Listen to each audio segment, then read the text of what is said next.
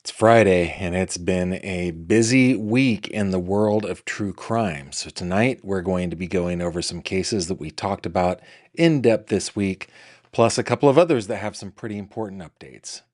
Stick around.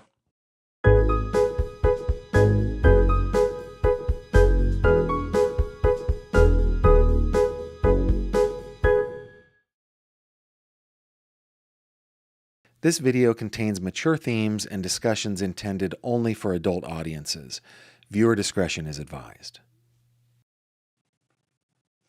Hello there, my friend, and welcome back to another true crime conversation with me, Gavin Fish, right here on this channel where we cut through the fluff, we cut through the sensationalism of true crime, we get down to the nitty-gritty, and if that is your thing, then you have found the right place, and I'm glad you did. Thanks for being here.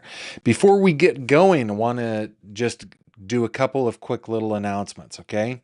I'm going to talk about this pretty much every time we live stream until the change, and it is this.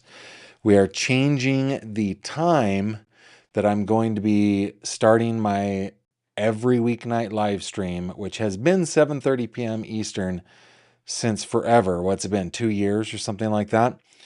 We're going to change it to 6 o'clock p.m. Eastern. A couple of reasons for this are, number one, it's going to help me here with the home life and the family life to be able to participate in the nighttime rituals that we do as a family. So I'm looking forward to that. And number two, it kind of aligns with my analytics. My analytics are telling me that my audience is on YouTube a little bit earlier. And we've got a couple of shows that my audience watches that I'm friendly with. I love those guys. One is Surviving the Survivor, which comes on at 7 p.m. Eastern weeknights. And then the other is Courtroom Confidential that comes on at 8 p.m. Eastern, I think 3 or 4 nights a week.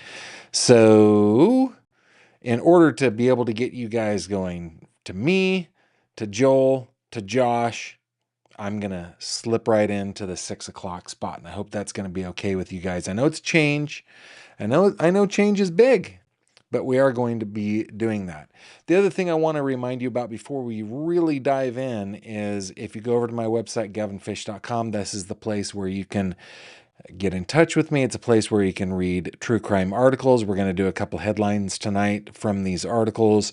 It's also a way that if you click on this little fishy, that will take you over to the fish tank where we hang out on Facebook. If you're on Facebook, you are cordially invited to join us in the tank.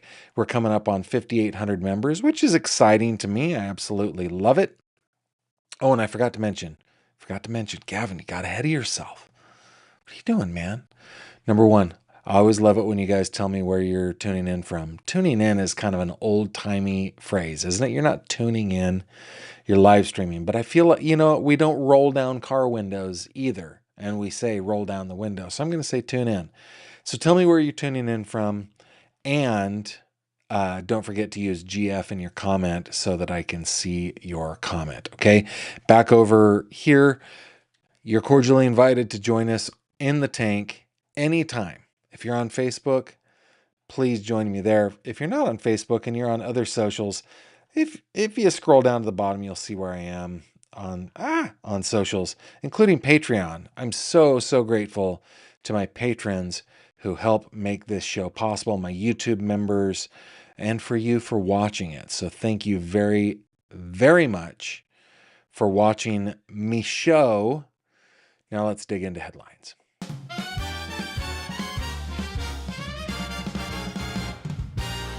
True crime headlines. Pow! All right, in this segment, we like to just read what is going on in the world of true crime outside the cases that we are covering this very night. Let's start over on CourtTV.com. Dueling Karen Read lawsuits result in confusion, delays, is the headline. Dateline, Plymouth, Mass. The wrongful death lawsuit filed against Karen Read is facing delays now that Read is involved in a second lawsuit in a different county. Reed, of course, was acquitted on charges of second-degree murder in the death of her boyfriend, Boston police officer John O'Keefe. And I really wish that John O'Keefe did not get lost in all of this. I'm trying to look at my buttons to see if I don't have a John O'Keefe button. But yeah, the victims get lost in this, right? It all becomes about Karen Reed and not about John O'Keefe. However, I am on the side of saying that it's the problem with the state police and the Canton PD that John O'Keefe's killer probably will never face justice.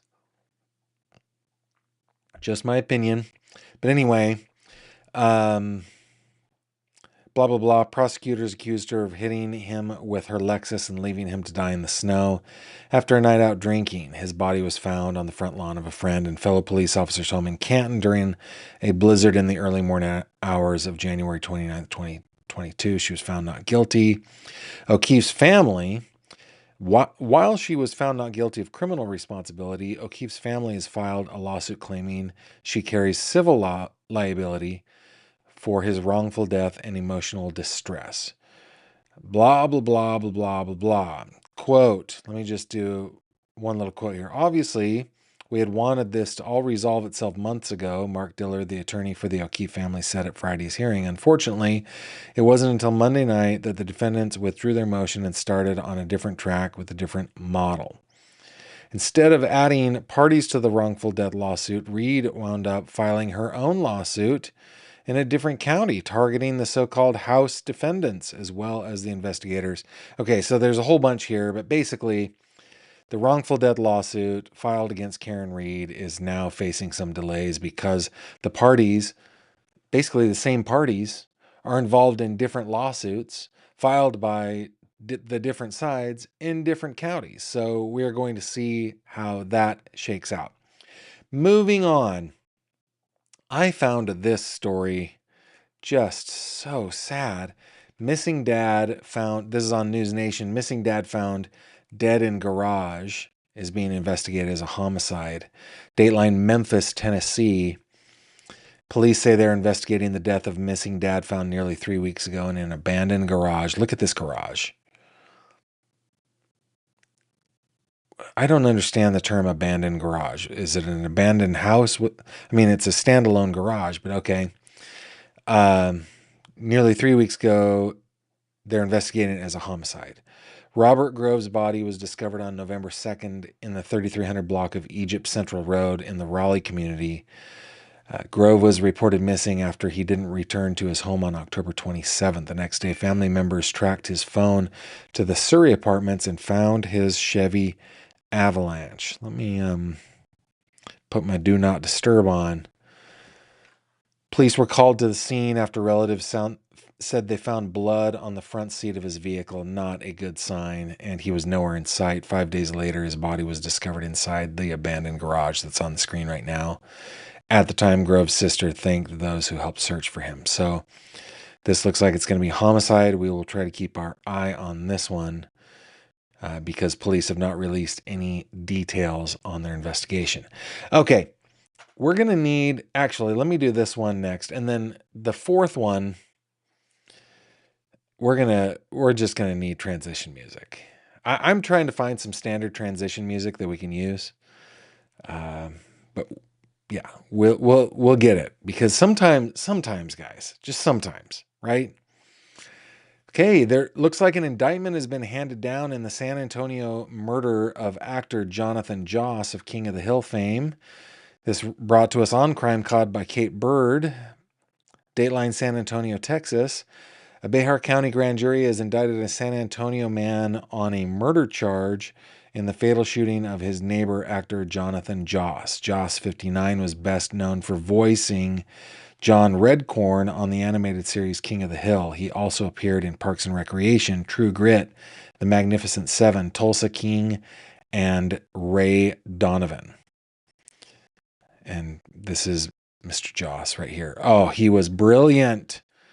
I loved him on Parks and Rec. So sad. Joss's career spanned decades, with his role on King of the Hill earning wide recognition during the show's Emmy-winning run from the late 1990s to the early 2000s. He was of Comanche and White Mountain Apache descent, often drew on his heritage in his work.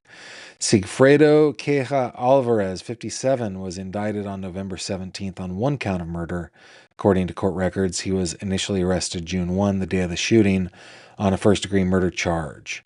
He was later released on a $200,000 bond, and you can finish that on crimecod.com. Okay, I'm just going to give you a heads up on this one. In fact, you know what we should do?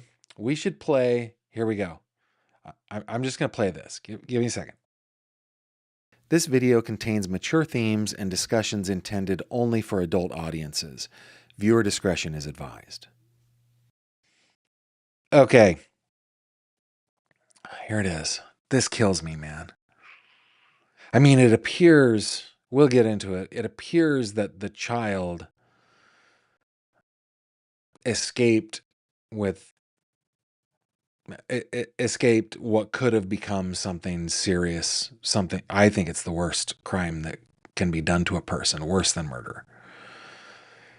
Headline, this is brought to us by Jacob Charles. Elementary teacher gets probation for stalking 11-year-old, sending over 60 love letters. Dateline, Anderson County, South Carolina. A former elementary school teacher has admitted to stalking an 11-year-old girl who once sat in his classroom, a case that investigators say escalated far beyond troubling boundaries. I'll bring this up here.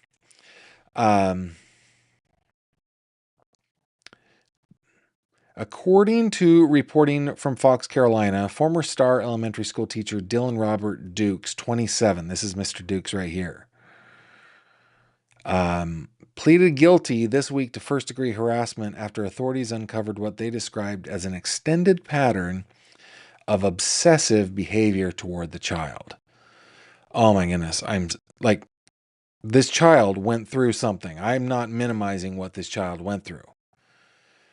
But I am so glad that it was stopped before it got to where it ultimately could have gotten. Prosecutors said that Dukes wrote the girl more than 60 love letters, a detail repeatedly noted in arrest warrants cited by Fox Carolina, and showered her with cards, gift cards, ornaments, pictures, and what authorities called unwanted hugs that made the student uncomfortable. Investigators told WHNS that before summer break, listen to this, Dukes gave the child a personalized box containing a letter for each day of the week for the entire summer. That's not sick at all, right? Oh, come on. As Fox Carolina also reported, Dukes then joined the girl's church after learning she would no longer be his student, a move authorities said was part of the ongoing harassment. WYFF additionally noted that the sheriff's office said this was one of the actions that prompted the July 8th investigation. When detectives searched Duke's classroom, WHNS, and Fox Carolina reported that they found numerous photos of the child hidden in his desk. According to the sheriff's office, the images were not sexual in nature, but their volume and secrecy heightened concerns. I'm going to stop it there. Oh my goodness, this guy pleaded guilty. All right. Yeah, we need some transition music for sure. Here we go.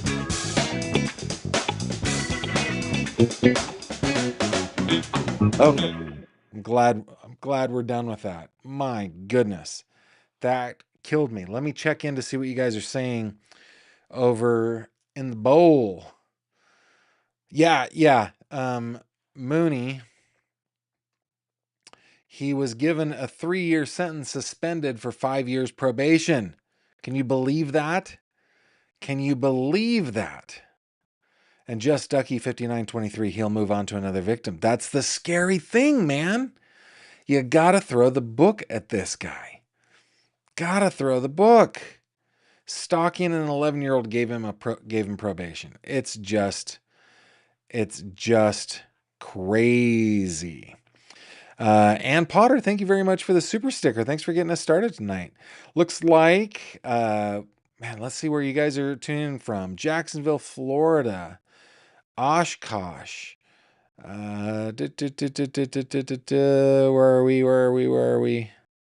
Oklahoma City. Cool.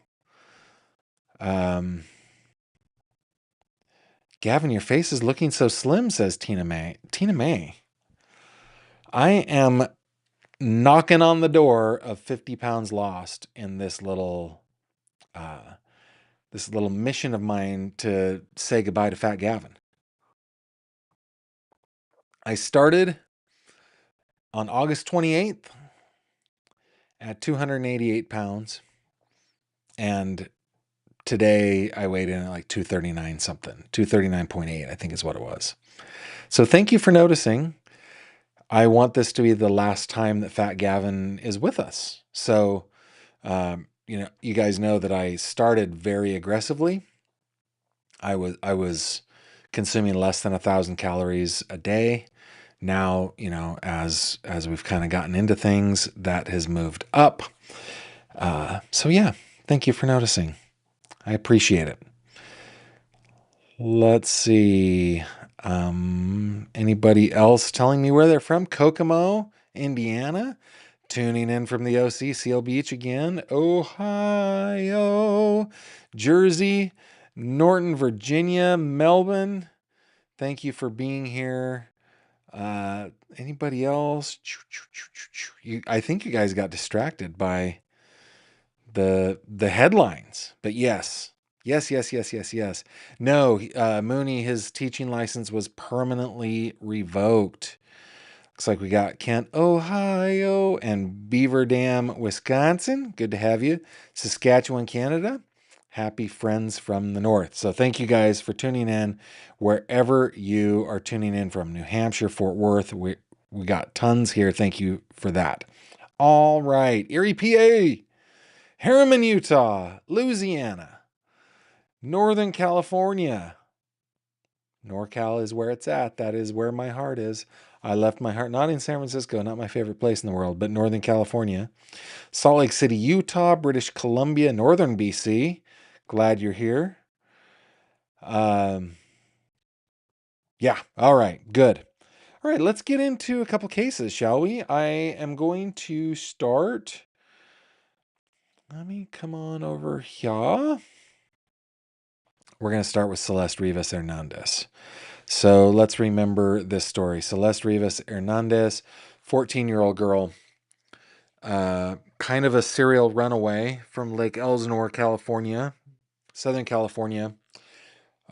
Appeared to be in a relationship with 20-year-old singer David Burke, also known as David, spelled D4VD. And in September, her remains, let's call them her remains, were found in the trunk of David's Tesla Model X. It was the front trunk area. I've got two articles that I want to bring you guys. This first one comes from ABC7 down there in the Los Angeles County area. This is just a reminder. We talked about this yesterday in headlines. David, other suspects being looked at in the death of 15-year-old Celeste Rivas Hernandez, source says. So, Dateline Los Angeles, new details are coming to light as ABC News learns that singer David is considered a suspect in the death of 15-year-old Celeste Rivas Hernandez, whose body was found inside the singer's impounded Tesla in September. Sources familiar with the investigation told ABC News that David is among the suspects who they are looking at, but no one has been excluded. While the County of Los Angeles medical examiner has not yet determined, there's an update on this that we're going to get to, a cause of Rivas Hernandez's death, investigators say her body was dismembered. Based on what they have learned in the case, investigators believe David played a role in her death and got help from others in trying to dispose of her body, sources say. And then I think David is not cooperating with investigators. And yesterday, I did see that they believed that she died sometime in April, or I think they said spring of this year. So there's that. Now this came out just today, KTLA 5. Changes to medical examiner page may signal movement in Celeste Rivas Hernandez case. I went to the medical examiner's case and I was able to confirm what is written here in this article by Peter Wilgorin from KTLA 5. For weeks, KTLA has been following the case of Celeste Rivas Hernandez, the missing Lake Elsinore teenager who was found dead in the trunk of the Tesla linked to rising singer David. We've been waiting for the final autopsy report to be released on case number 2025-14252, the official case number with the Los Angeles County Medical Examiner. The case file had been searchable with a cause of death listed as deferred pending additional tests. On Friday, this day right here, November 21st, that changed. And the update may indicate movement on that key document. Now, when you search the case number, all fields appear empty. Zero returns. KTLA reached out to the medical examiner's office and is awaiting confirmation on whether the autopsy and deferred results are now complete. It's also possible that a security hold has been placed on the case in anticipation of the autopsy's release. As KTLA has reported, the autopsy is critical in determining whether a crime occurred beyond what LAPD previously referred to as concealment of a body. This past week, sources confirmed to KTLA what TMZ first reported. Singer David is now being viewed by LAPD as a suspect in the Hernandez case. Officially, LAPD has said only the investigation is ongoing. There are no updates. As of November 21st, there have been no charges, no arrests. The LA County District Attorney's Office tells KTLA it still has not been presented with a case. Any decision to prosecute will likely be made once the autopsy is officially released. So, yeah, just a little bump in that there is apparently some movement there. We might see results soon. I kind of, in my mind, kind of felt like December, maybe January was when we were going to hear about this, because I think toxicology would have a lot to do with it. Remember when we had Joseph Scott Morgan on, last week or the week before?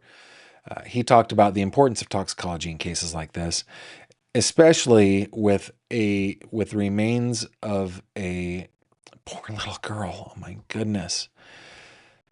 Being, they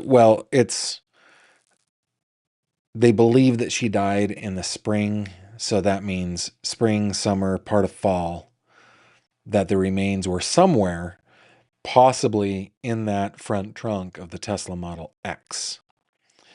Emmy Nikolov, yes, we're gonna get to Ashley's court case. Yes. Mia Doglove. This is your first live. Thanks for being here. I appreciate that. Wendy Joan 55, welcome to Fanatic, and thank you very much for being here and being a new member. I deeply appreciate that. Thanks so much. Okay, so that is our update on Celeste. Again, we will continue to keep our eye on that. Now, let's move our attention, shall we, over to the Anna Kepner case. Let's get a closer picture of Anna. Yeah, that's a good one. Anna Kepner. Remember that Anna Kepner was on a Carnival cruise with her dad, her stepmom, and her step siblings. I believe there were 2 other step siblings, maybe 3. Now I can't remember it. Anyway, when she disappeared, her dad looked, and she was eventually found stuffed under a bed, wrapped in a blanket, covered in life jackets. Any of you who have had I think they call them staterooms. They're not all that stately. Not the one I have been in anyway. I'm sure there are some stately ones. You can kind of picture where they store those life preservers and so forth. So, yeah, stuffed in there. I get a closer up. There she is. Cutie little 18-year-old senior in high school, just ready to graduate. And this is just heartbreaking. But we do have an update since we talked about this just yesterday. So come with me over to this article from ABC News. Teen found dead on Carnival cruise died by asphyxiation resulting from a bar hold, according to a source. bar hold meaning a chokehold. Okay.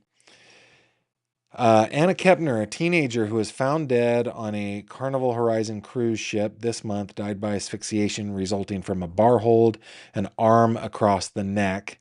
A source briefed on the investigation told ABC News on Friday.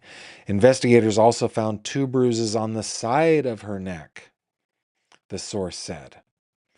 The FBI has continued to decline to comment, citing the ongoing investigation. The Miami-Dade Medical Examiner's Office declined to comment Friday. According to the source, the preliminary information indicates there were no signs of SA, and there did not appear to be drugs or alcohol in Kepner's system. Autopsy and toxicology reports that could confirm those details have not been completed. And then, of course, yesterday we covered pretty much all of this, that it does appear that TH, the Hudson boy, age 16, is suspected in this, though Chantel Hudson pleaded the fifth. So I don't know if she's trying to cover herself as well, but that is the update, asphyxiation. I think that we probably could have guessed that. Either that or like alcohol poisoning or something like that, an overdose of some sort. But I'm torn up for this girl's family. Look at what an adorable child this is. She had her whole life ahead of her, and it does not take much, guys and gals and everybody. It does not take much to lose consciousness and indeed lose your life by being choked out. Now, asphyxiation is different than strangulation. Strangulation is when the blood flow is cut off, like those 2 bruises on the side. That would be considered strangulation. We are cutting off the blood flow. Blood or oxygen does not flow up into the brain. You lose consciousness and ultimately result in death. No, this is asphyxiation. That means that the airway was impeded. So an arm bar, I can't do it to myself, but you know what I mean, across the front of the neck, perhaps collapsing the windpipe, making it impossible to breathe. That is what asphyxiation is. Now, of course, this is coming from an anonymous source. We don't know who this source is. It's a reputable news organization. That's why I wanted to share it with you guys, especially in light of the fact that it's just this week that we covered this case, which is yesterday. So, to me, asphyxiation is way more violent, because strangulation can be done with something like 3 to 7 pounds of pressure on the side of the neck. Asphyxiation, that is way more violent. So we will keep our eye on this case of Anna Kepner. Let's see if you guys have anything to say about this over here. Who do we have here? One Man Trash, member, a fanatic for 11 months. Thank you very much for that. Let's see if there's anything else. So, and Cassie says, so clearly this was foul play, not flowl play. It's foul play. It seems like a very specific description of strangulation. Yeah, I've had lots of Brian. Why am I blanking on Brian's name? Who has come on to the show, and then my buddy Kenny Clark, who is a quadruple board certified forensic pathologist, taught me those details.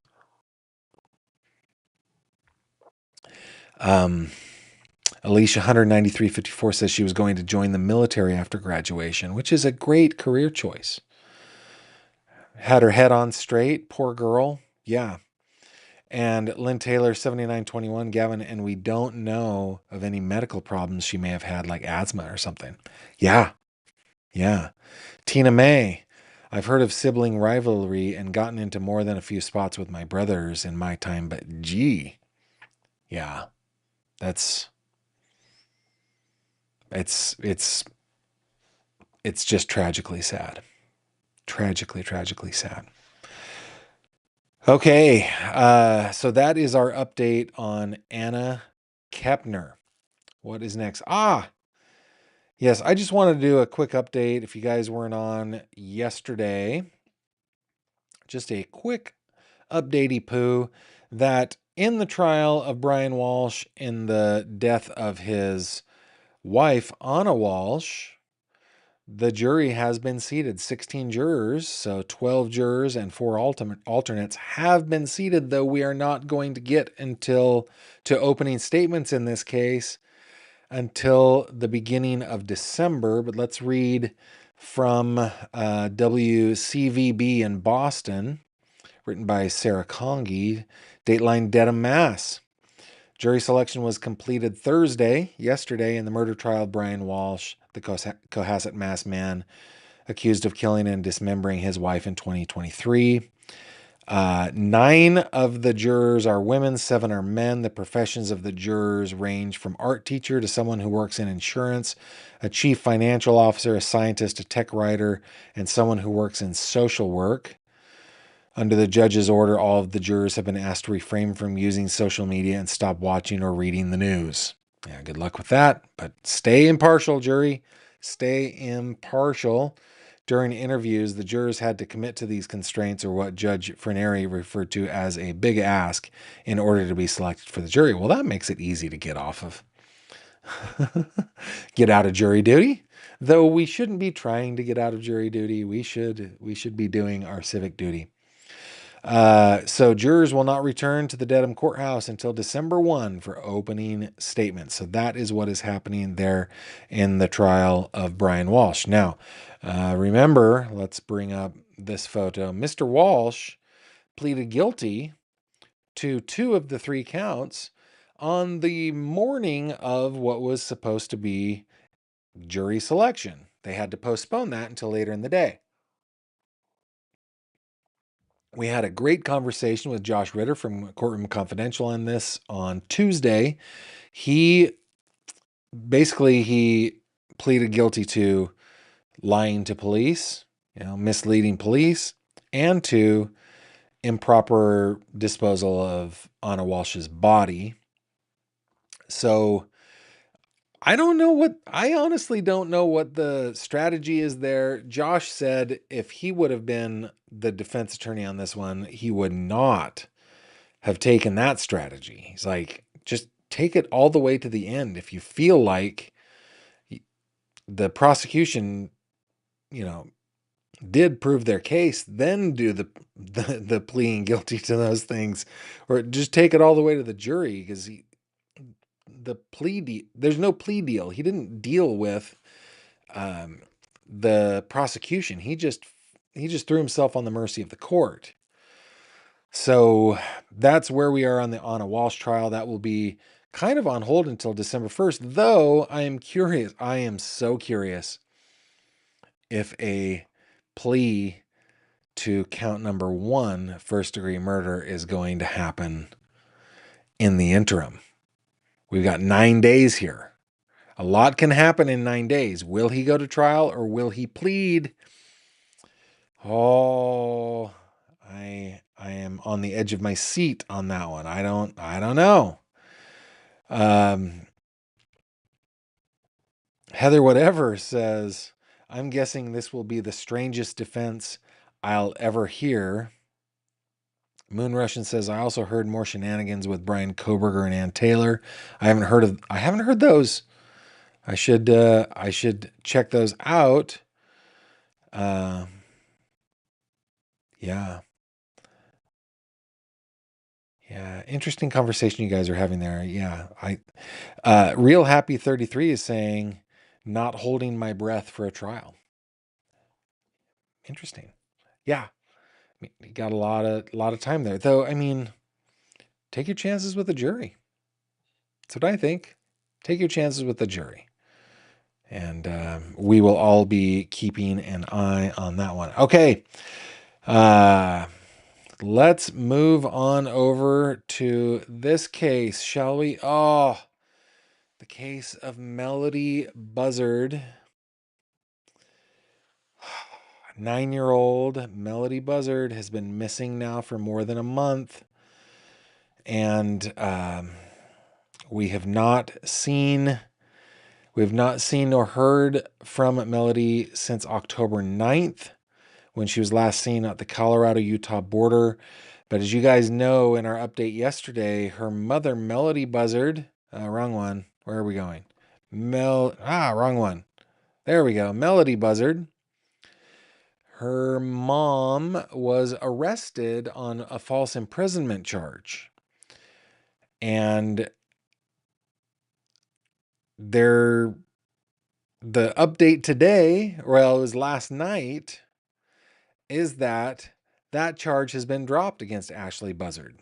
Here we are, ABC News. Ashley Buzzard's false imprisonment charge dropped. Melodee still missing. A false imprisonment charge has been dropped against Ashley Buzzard, the mom of missing 9-year-old Melodee Buzzard, according to Santa Barbara ABC affiliate KEYT. At Thursday's preliminary hearing, it was yesterday, the judge dismissed the case after hearing audio of a conversation between Ashley Buzzard and the alleged victim, Tyler Brewer, and found the audio didn't match what Brewer told law enforcement and the media. So he was wearing a wire? Does that mean that law enforcement heard that and agreed with him? I don't know. Buzzard had been arrested on the false imprisonment charge on November 7th, and she pleaded not guilty last week. Brewer claimed Ashley Buzzard armed herself with a box cutter and kept him from leaving her home on November 6th. Meanwhile, the search is ongoing for Buzzard's 9-year-old daughter, Melodee, who was last seen on October 9th at the Utah-Colorado border. Buzzard has not been charged in her daughter's disappearance, but authorities have said she's not cooperating with the investigation. You know, one of the most, I guess, dissatisfying, really frustrating things about this case is that Ashley Buzzard is remaining tight-lipped. I would give that advice to all of us if we are in some kind of a situation where we are being investigated by police. We should all remain tight-lipped.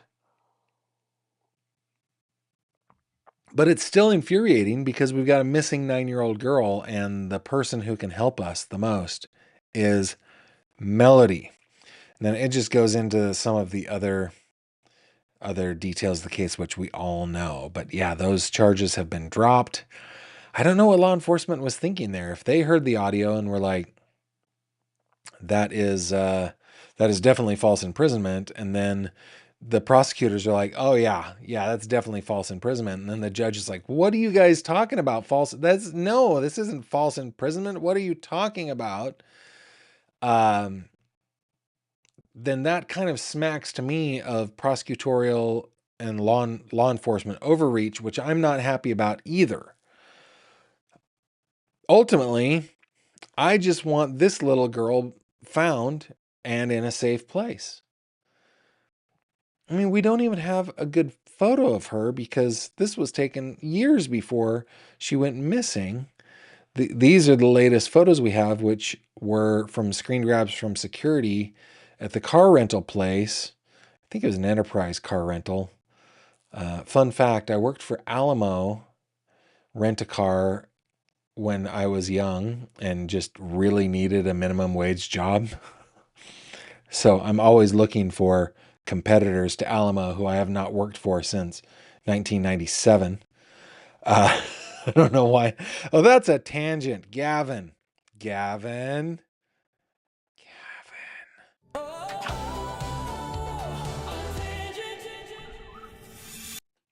Yeah, that was definitely a tangent.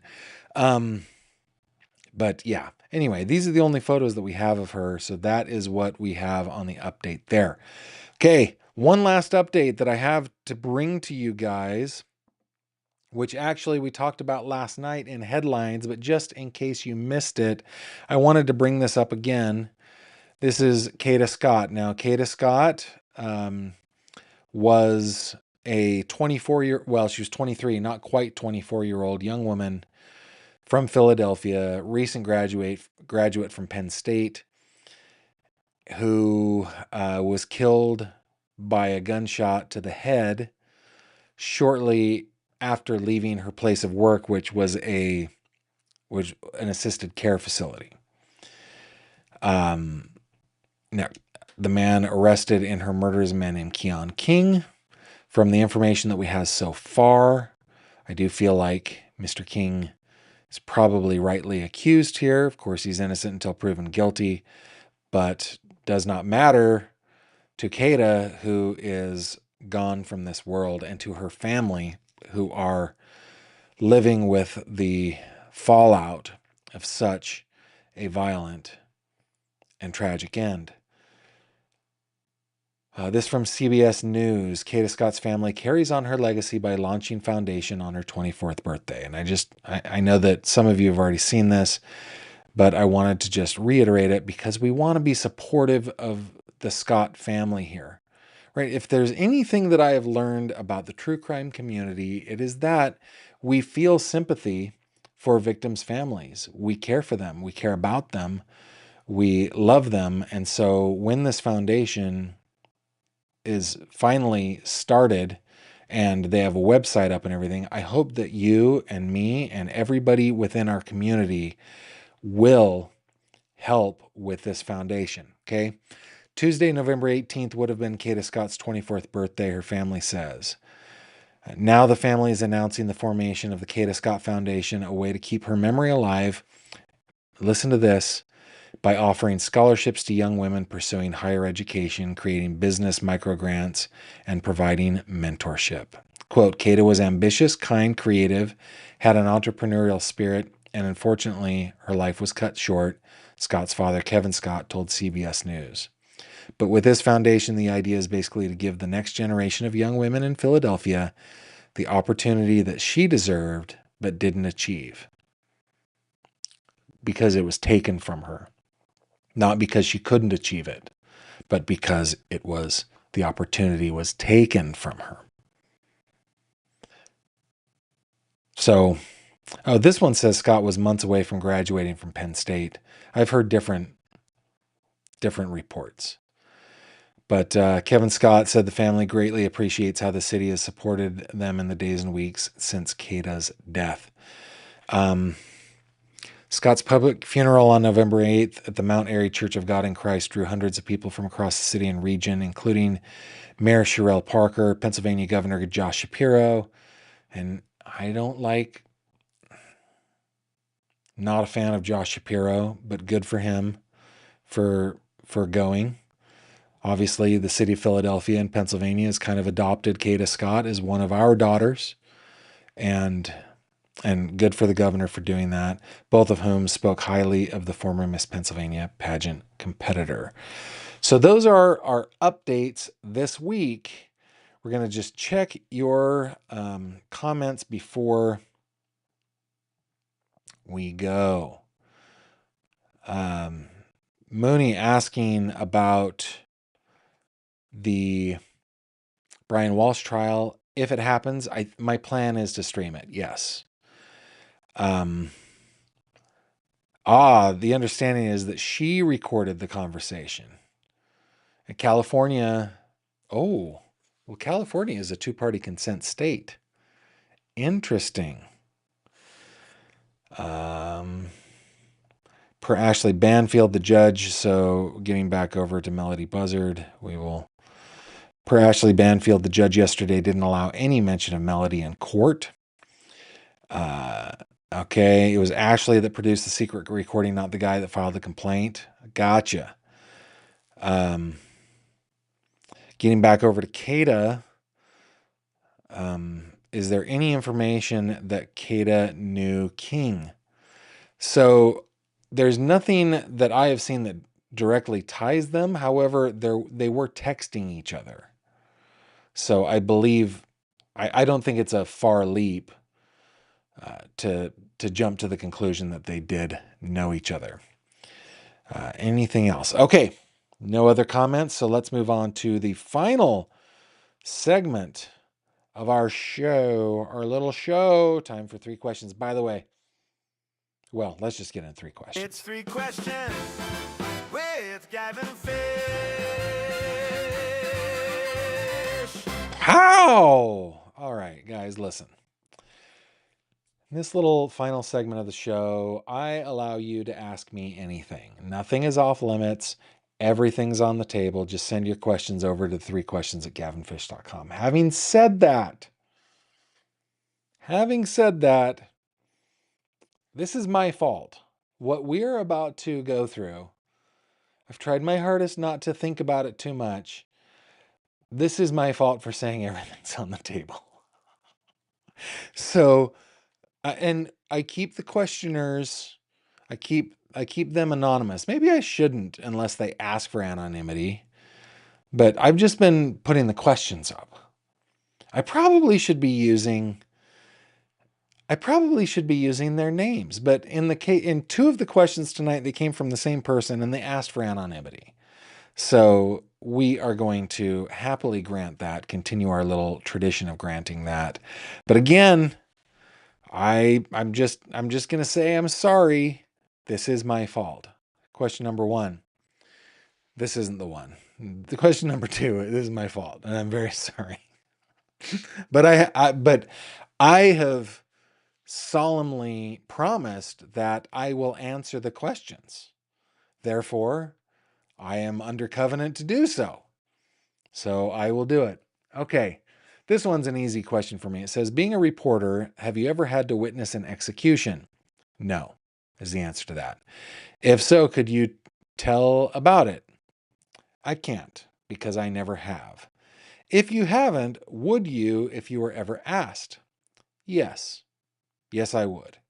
I personally feel that the DP should be used more often. I understand completely the other point of view, and I respect the other point of view.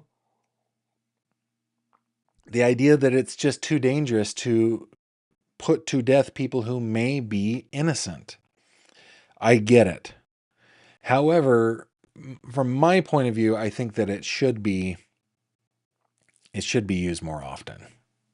I think, especially in egregious cases where the victims are children and things like that. There's just no other way for me that justice can be meted out in those cases. It just kills me that Stephen Stearns is going to be in a jail cell for the rest of his unnatural life. I hate that. And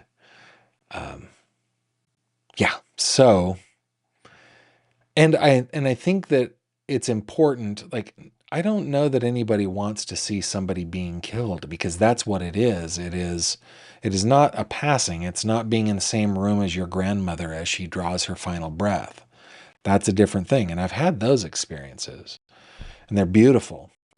But it's important that there be witnesses who can journal what happened. And I would be honored to be one of those people who offers that journal. Now, having said that, the states that I've spent most of my life in, California and Pennsylvania, while they do technically have the penalty on the books, they put a moratorium on them. So I don't think that would ever happen in my case. Okay? Question number 2. And again, I'm sorry, but I did say anything's on the table. I'm wondering if you guys are wondering what's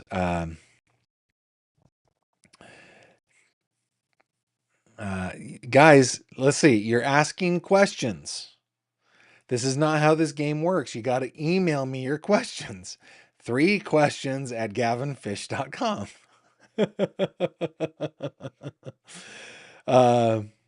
But thank you.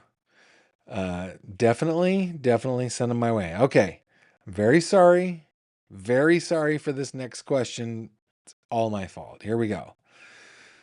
All right. The question is, please settle this debate between me and my husband. And I have a feeling that it does not matter what I say. It will not settle the debate. Okay? How often do you feel it is appropriate to make love with your spouse? What am I, Dr. Ruth here? Guys, I'm not Dr. Ruth. I have no I have I have no and I'm not uncomfortable with the subject either. It's just so left field of what we normally talk about. But I have no bona fides here, right? There's nothing in the sciences, anything that I have learned that would help me help my fellow espoused viewers here. Um, but this is what I think. There's a man who's my parents' age, who's a friend of my dad, and I love him to death. I think he's terrific. He's got such a positive outlook. So does his wife. She is lovely. They are both just wonderful people. And he's a little irreverent. And one time I was asking him, and mind you, he would have been in his 70s at this point, right? Uh, like, you guys just are always so happy. What is the secret to that? And he goes, "Oh yeah, lots of sex." That's what he said. I was like, no, la, la. It was one of those moments for me. But yes, the expression of love is physical and intimate, and it should happen, I think, often as both of you think. So I don't know. I don't know how old you are, because there are also chemical things going on, right? In both ladies and gents that change things. You know, I was thinking about cruises because we were talking about the Anna Kepner murder. The only cruise I've ever been on was my honeymoon. I definitely am not keeping pace with honeymoon Gavin, right? But I do think that sex is important. You should be making love to one another. Um, Ladies, which I know 90% of you are on this channel that watch me, um, us guys are visual creatures, are visually motivated and aroused creatures. So if you can make the visual pleasing, it can happen anytime you want. Also, maybe you don't want it, but you love your spouse and you know he wants it, so you do it. And that's just that's a kindness. That is an act of service. So how often? I would say as often within healthy reasons. I mean, if there's mental health issues or something like that, where there are addictions or something that might make things unhealthy, of course, those are the outliers, those are the exceptions. But for us, it's anytime one of us wants to. And you should be doing it on the frequent. I don't know. That's not going to settle the debate. It doesn't matter what numbers I say. It's not going to settle the debate. So perhaps this is an unsatisfying answer, but that is my answer nonetheless. And I would imagine that you guys have something to say about this. Let's see. Hold on. Yeah, we've got some, well, yeah, I am squirming a little bit trying to be diplomatic. It's not because, I pushed the wrong button. It's not because I am uncomfortable with the conversation. I don't want to hurt anybody. Um, Felicia says, I'm a church counselor. 3 times per week is average. I would imagine it's not average for the average 75-year-old, but probably for the average 35, 45-year-old. Yeah, probably. Um, oh, I'm a cutie. I'm as cute as the day is long, Pam. Um, the email address is spelled out. 3questions at gavinfish.com. Spelled out. Yes, my inflection does rise with stress. Let's see. My mentor was an older man, says Heather Whatever, who died 25 years ago. A couple of years before that, he got a tattoo of his wife on his forearm. He spoke along those lines too. Great couple. Yeah. Yeah. Does Cluvelta help in this department? Well, I don't know what the clinical trials. Speaking of which, I am sporting the Cluvelta Fit today. This is available on gavinfish.com. I don't know what the clinical trials say. However, if you can, um, if you can trust your spouse, I think it helps in this department. I think so. Okay. And Emmy Nikolov just sent you my questions. Okay, well, when they come in, they will get in the queue. Thank you very much. Thank you very much for sending them off. Are they going to be so inappropriate? You know what, Gavin? Don't get sidetracked. Here we go. Let's go to question number 3 for 3 questions. We're almost out of time. If you had to teach a college course tomorrow, what subject could you teach well with no prep? Oh, um,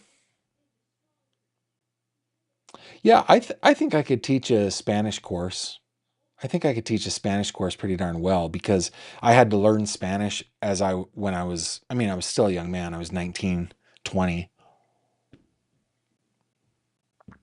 But I learned the language by going through the process of learning the language, and then I did it again and again. So I know the process of learning a language. I think that I could teach anywhere from beginning to advanced Spanish courses. I could probably do Spanish literature pretty well, just because when it comes to literature, that is kind of where I'm drawn. Just because I really don't like fiction all that much. I'm a huge nonfiction reader, and so I like to challenge myself in foreign languages to read. And I usually choose fiction because I don't know, they're just classics. Don Quixote. Recently, I've been doing Martin Fierro. So yeah, I think I could do Spanish. I could do some. I could do some information technology courses. I could do some computer science courses. I could probably do some beginning, some 101, 102 level um, data analysis courses. Yeah, I think I could. I could do I think a 102, 101, 102 level aerodynamics course probably. That's something that's fascinated me my whole life. I've done a lot of study on that. Um, yeah, that's probably what I would do. Now, let me preview real quick Emmy's questions. Let me see if they came in, and we might do these next week. Let's see, Emmy. Interesting. Interesting. Yeah, we will put those into the queue. Thank you for those questions. All right, so guys, gals, everybody, this is the last live stream of the week. Thank you very much for being here. We will return on Monday at 7:30 p.m. Eastern. Remember though, starting December 1st, we will be doing it on at 6 p.m. You know what? I didn't look. I should have done this announcement too, but because we are going to be having family in town for Thanksgiving, we will not be doing a live stream on the 27th, but I will wish you a happy Thanksgiving then. But I hope you all, if you're traveling, if you're going about, if you got people coming into town, family, friends, loved ones, boy, I hope that you have a terrific Thanksgiving. But we will not be live streaming that night for obvious reasons. I will be in a food coma. Guys, I have basically been starving myself since August. I am going to be eating the stuff that I want to eat. I won't go overboard. I won't let all this hard work go to waste. But that is my plan. Okay, so we will see you. We will see you on Monday, 7:30 p.m. Eastern. With that, I bid you adieu. Thank you very much for being here, and I'll see you on the next one. Take care. Thank you very much for watching this video. If you liked what you saw, please consider subscribing. And if you have any questions or comments, please leave them below.